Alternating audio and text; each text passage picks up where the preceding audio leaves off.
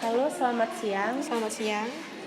Sebelumnya, perkenalkan saya Vera Azahra sebagai asesor dalam seleksi penempatan karyawan di bidang administrasi.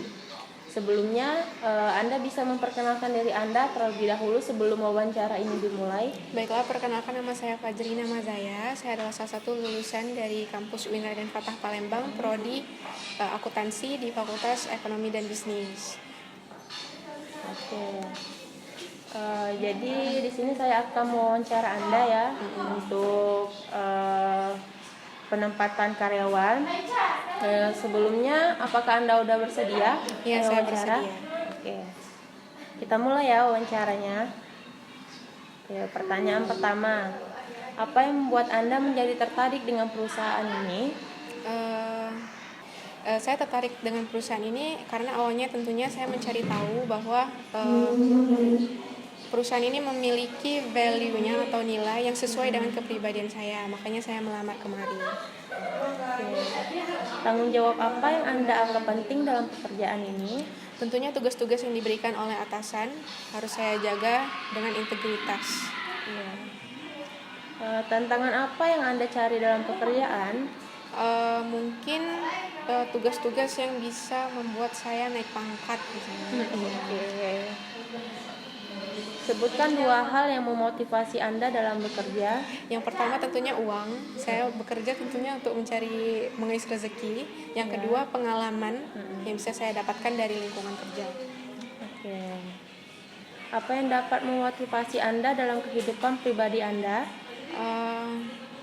Keluarga sangat memotivasi saya. Oke. Apa yang dapat memotivasi Anda dalam menyelesaikan tugas yang sulit?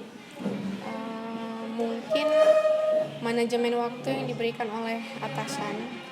Jadi saya bisa mengatasi, termotivasi untuk menyelesaikan tugas yang cepat dan tepat waktu. Apa yang dapat memotivasi Anda agar menjadi sukses dalam pekerjaan?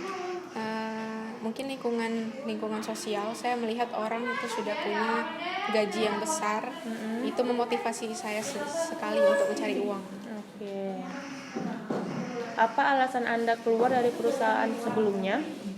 Maaf, tapi saya baru pertama kali melamar bekerja di sini. Oh, jadi ini baru pertama kali ya? Oke. Apa yang membuat Anda ingin mendaftar pekerjaan ini? Saya melihat di brosur bekerja di sini itu mempunyai visi misi yang jelas, orientasi yang jelas. Jadi saya tertarik untuk bekerja di sini. Selama perjalanan karir Anda, posisi mana yang paling Anda sukai? Saya ingin sekali menjadi direktur keuangan karena saya tahu saya punya nilai untuk itu. Jadi Apa arti pekerjaan bagi Anda? Hidup kedua. Pertanyaan selanjutnya ya. Apakah Anda dapat bekerja di bawah tekanan? Tentu saja saya bisa menghadapi bekerja di bawah tekanan apapun itu. Oke. Pernahkah Anda bekerja di bawah tekanan? Lalu ceritakan bagaimana Anda menyikapinya. Baiklah, saya pernah saya bukan bekerja ya, mungkin kuliah. Iya. Dalam tugas-tugas yang menumpuk itu, saya menghadapinya dengan cara memanajemen waktu dengan baik. Kemudian saya selesaikan tugasnya satu persatu sampai selesai semua. Gitu. Dalam lingkungan kerja, seperti apa Anda merasa nyaman? Seperti lingkungan kerja Anda itu nanti terstruktur atau tidak, seperti itu. Saya tidak masalah lingkungan kerjanya harus terstruktur atau tidak, yang penting nyaman saja. Seandainya ada konsumen yang marah karena hal yang bukan dilakukan oleh Anda, apa yang Anda lakukan? Pertama, saya akan menyikapinya dengan baik. Yang kedua, saya akan memberitahukannya langsung kepada atasan bagaimana cara mengatasinya. Mungkin itu. Jadi langsung diberitahu kepada atasan aja gitu ya. Yang punya wewenangnya. Oke. Seandainya Anda mendapatkan pekerjaan yang tidak Anda harapkan, apa yang akan Anda lakukan? Tentu saja saya keluar sih, Mbak. Sering keluar ya. Bagaimana Anda menyikapi kritik yang diberikan kepada Anda? Pertama, kritik itu kan artinya menilai. Mungkin disitulah kekurangan saya. Di situ saya akan menerima itu semua dan memperbaiki diri lebih lagi. Oke, langsung introspeksi diri ya. Iya. Apa yang Anda anggap sebagai hal yang berat untuk dilakukan dalam pekerjaan? Mungkin tugas yang sengaja ditumpuk oleh atasan itu berat untuk saya, tapi insya Allah saya bisa menjalaninya dengan baik. Seandainya Anda dihadapkan dengan dua tugas yang harus diselesaikan pada saat yang bersamaan, apa yang akan Anda lakukan?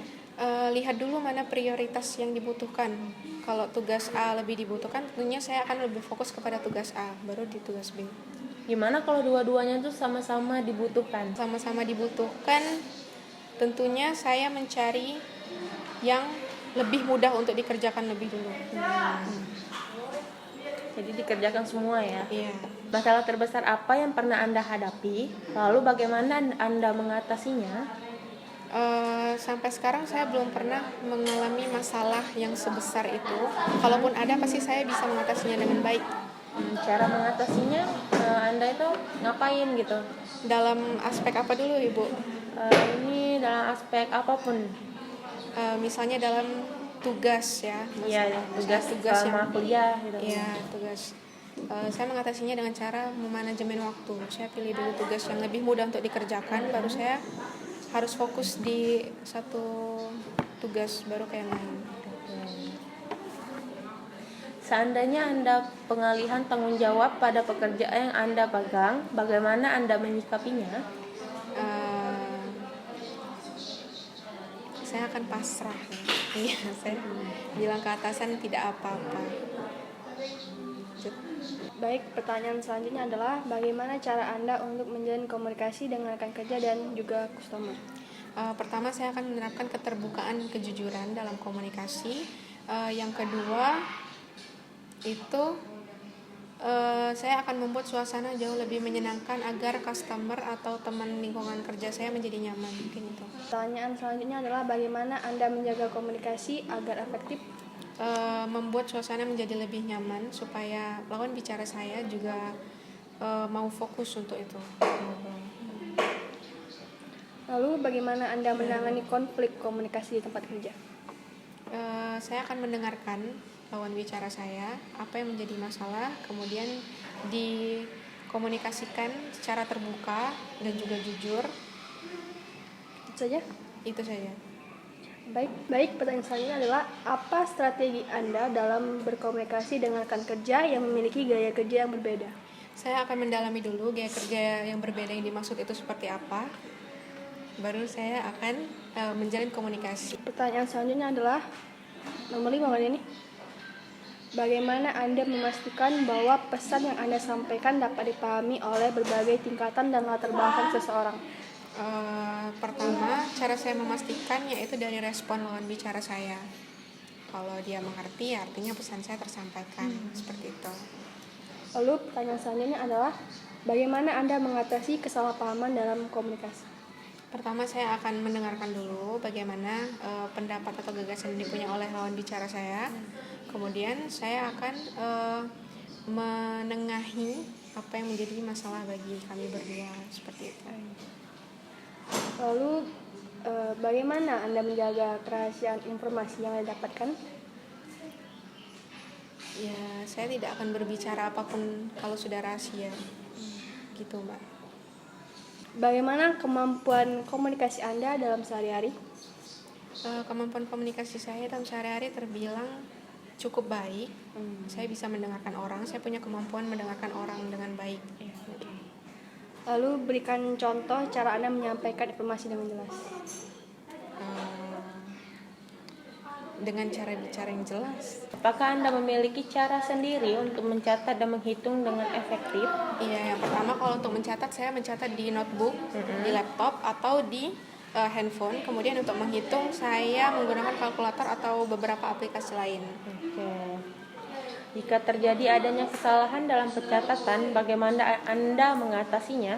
Ya, tentu saja saya akan langsung bertanggung jawab dengan cara mengubah, memperbaiki, dan juga meluruskannya dengan baik. Oke. Apakah cara efektif Anda dalam membuat laporan? Maksudnya tuh Anda itu ada nggak cara efektif untuk membuat laporan? Biar cepet ya Mbak. Iya. Eh, Alternatifnya mungkin saya akan mengerjakan, saya yang penting kualitas Mbak, bukan kuantitas. Jadi nggak apa-apa nggak cepet, yang penting selesai dengan baik tanpa kesalahan apapun. Oke. Ini pertanyaan terakhir ya. Ya. Apakah Anda pernah membuat kesalahan dalam membuat laporan? Lalu bagaimana Anda menyikapinya? Sampai sekarang saya belum pernah mengalami kesalahan dalam membuat laporan. Kalaupun iya, saya akan menyikapinya dengan cara bertanggung jawab. Saya merubah, memperbaiki, dan meneruskannya dengan baik. Seperti itu. Oke. Oke, di sini saya tanya lagi ya, satu Iya, lagi boleh. terkait komputer ini, karena kan kalau di bidang administrasi biasanya kan menggunakan komputer gitu kan.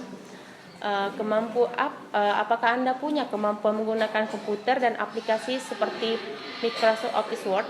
Iya, tentunya saya memiliki pengalaman yang baik dengan Microsoft Office Word, kemudian Canva, aplikasi Canva. Ya. Untuk berhitung SPSS, Oke. ya saya sangat baik dengan itu. Oke. Oke, mungkin itu ya pertanyaan dari saya. Ya, Eh, jadi nanti hasil dari seleksi ini mungkin perusahaan Anda yang akan meluluskan Anda atau tidak itu, jadi tunggu aja info dari perusahaan Anda ya. Oke, terima kasih ya. iya. Selamat siang. Selamat siang.